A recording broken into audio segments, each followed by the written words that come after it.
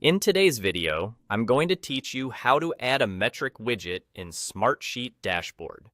By the end, you'll know exactly how to place a metric on your dashboard, connect it to the right source, and fine-tune how it looks and behaves so your viewers get clear, up-to-date information at a glance.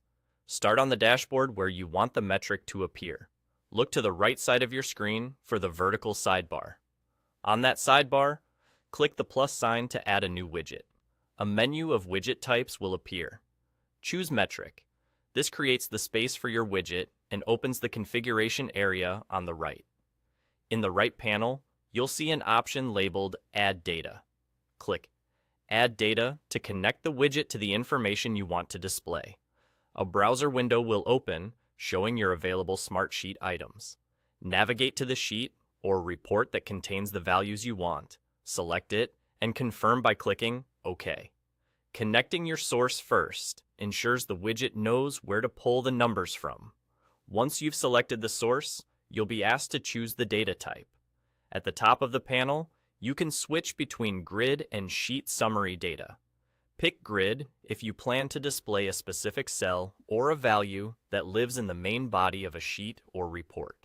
Choose Sheet Summary Data if the number you need is defined in the Sheet's summary fields. Selecting the right data type helps the widget target the correct field without extra filtering. After making your choice, click OK in the bottom right corner to confirm. You'll now see your metric appear on the dashboard, and the right panel will show layout and formatting options. Here, you can adjust the widget size and placement to fit your design, ensuring it aligns neatly with other dashboard elements. You can also set a clear, descriptive title so viewers instantly understand what the number represents. Under Widget Behavior, you can refine how the metric interacts with your audience, such as how it responds when clicked or how it refreshes. These options help keep your dashboard both informative and user-friendly. That's all it takes.